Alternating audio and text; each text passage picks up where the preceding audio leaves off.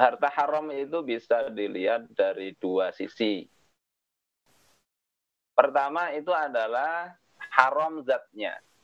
Misalnya babi, khamr, bisnis sabu, sudah datang sabunya, kemudian tobat. Maka harta haram ini tidak boleh dikembalikan kepada pemiliknya.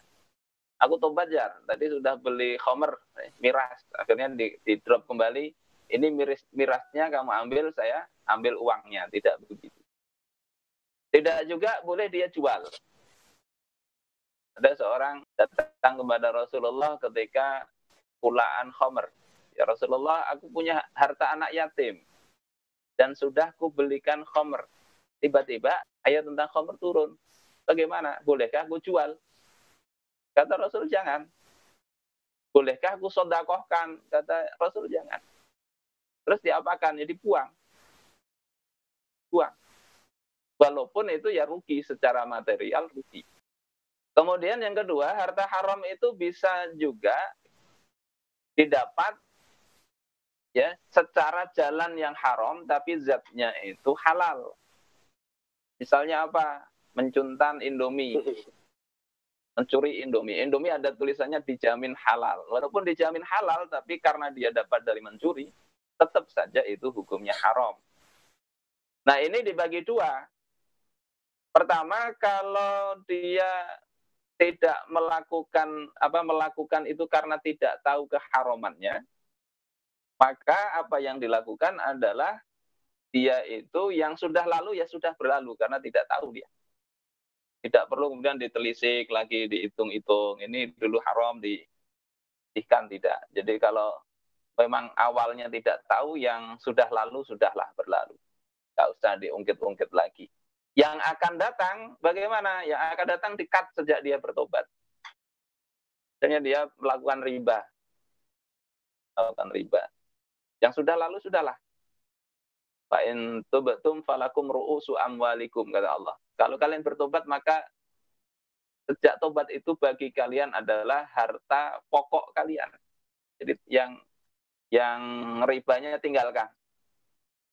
Tidak boleh menzalimi, tidak boleh dizalimi.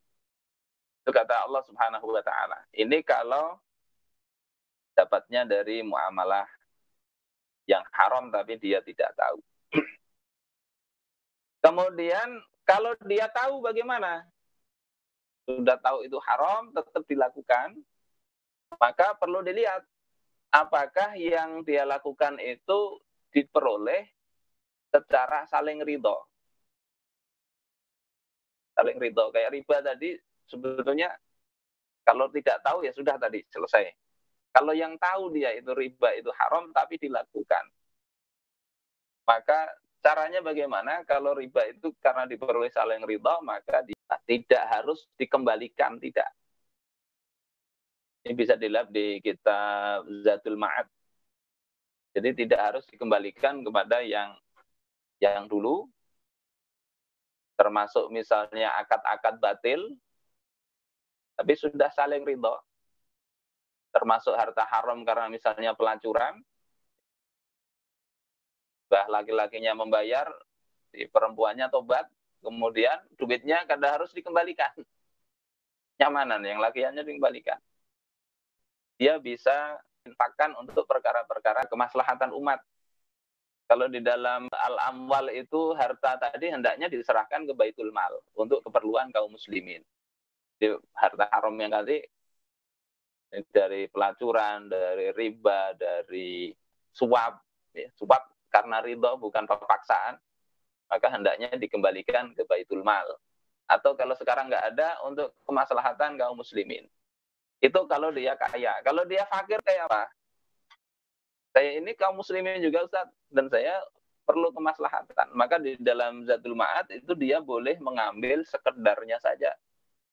Misalnya pelacur mau ampe duit hasil dari pelacuran tadi, apakah harus dia kembalikan untuk kemaslahatan umat? Untuk ke Baitul Mal semua? Tidak. Bagusnya memang dikembalikan. Untuk modal dia bagaimana? Tinggal minta. Minta dari Baitul Mal tadi. Tapi di Zadul Ma'ad dia bisa sisihkan sebagian untuk modal dia hidup kalau memang dia itu fakir. Itu kalau hartanya haram, cara memperolehnya, tapi diperoleh dengan adanya keridhaan pertukaran. Kalau hartanya haram, dia tahu haramnya, tapi memperolehnya dengan cara kekerasan, nggak ada izin, nggak ada ridho. Seperti apa? Mencuri, gosok, mengambil, merampas, korupsi, maka nggak ada jalan lain kecuali harus dikembalikan. Kembalikan kepada yang berhak. Makanya pencurian ngalih, korupsi ngalih, susah. Karena harus kembalikan kepada siapa yang berhak. Kalau tidak, sampai kiamat, sampai akhirat itu tetap ada yang menuntut. Tetap ada yang menuntut, walaupun itu mungkin hartanya kecil. Sendal orang dicuri, diambil secara paksa, korupsi dan sebagainya.